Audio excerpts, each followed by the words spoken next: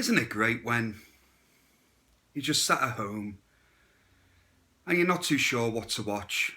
So you stick on Netflix, Amazon, whatever else, and you're browsing through trying to find something. And then you find something that you've never heard of, you've never seen any trailers for, you have no idea what it's about, but it looks cool when you stumble across it and you think, oh, I'll give that a go. And you watch it. And you really enjoy the movie. And you're like, how did I not hear about this before?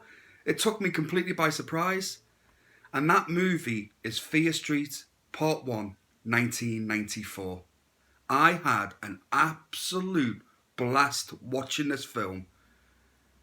As far to say, this may be my favourite movie of the year so far.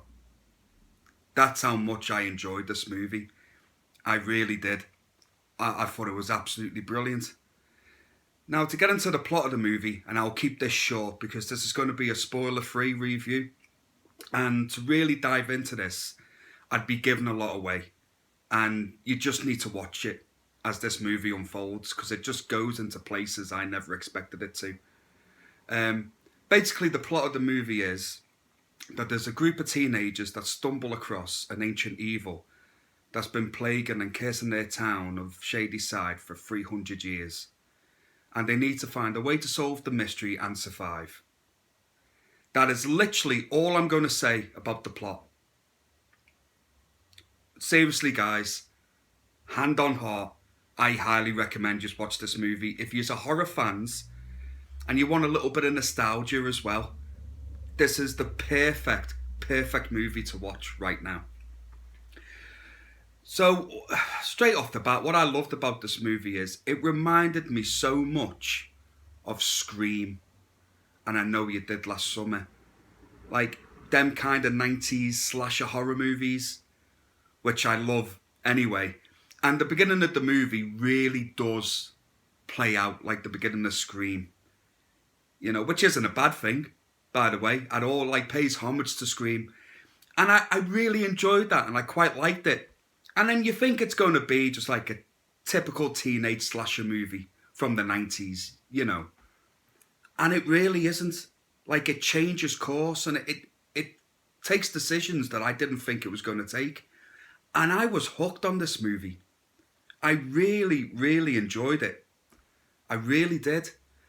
I thought the acting's really good in the movie. I thought everyone did a great job.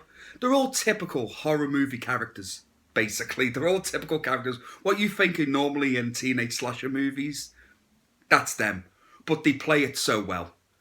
You know, the killers look great. I mean, one of them wears like a skull mask and a skull outfit, and he does remind you a lot of Ghostface. And I'm sure that's supposed to be the case as well. Like, he kind of like moves like what Ghostface used to move like, you know, it's very Scream-like, you know. And then there's another killer with an axe. He was brutal. And there's another killer, like a young girl.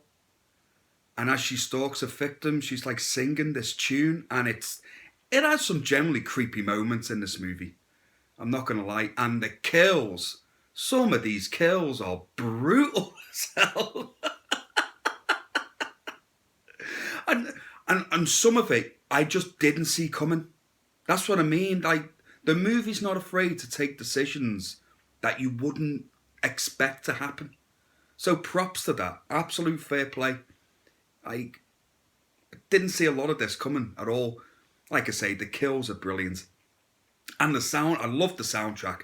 Because it's set in 1994, you get a lot of 90s music set in 94 and before then in this. And my one little gripe, and it's only a little gripe, is I think they were using the music at the beginning a little too much.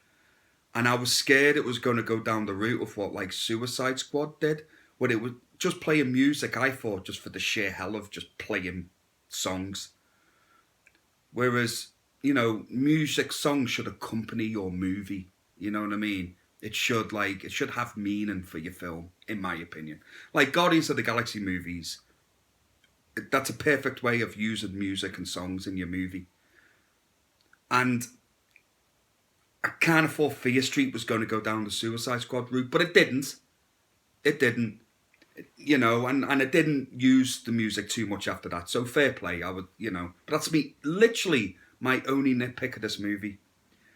So guys, there's not really much more to say, because if I was to talk about the movie more, I would spoil it.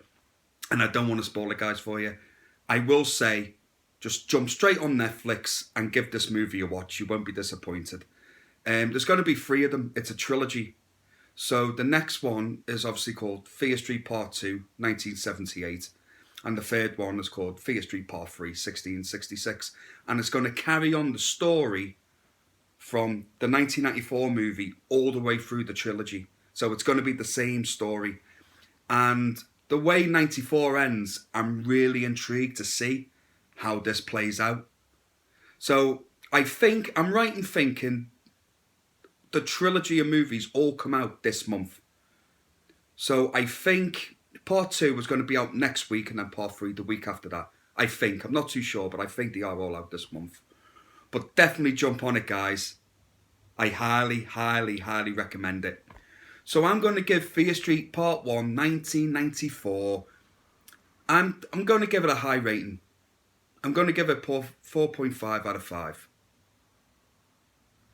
So jump on it, guys. Jump on it. You won't be disappointed. Right, guys. As always, thank you so much for joining me. I just want to say that since I've started doing these videos, I've had a lovely response from you guys. And thank you for that.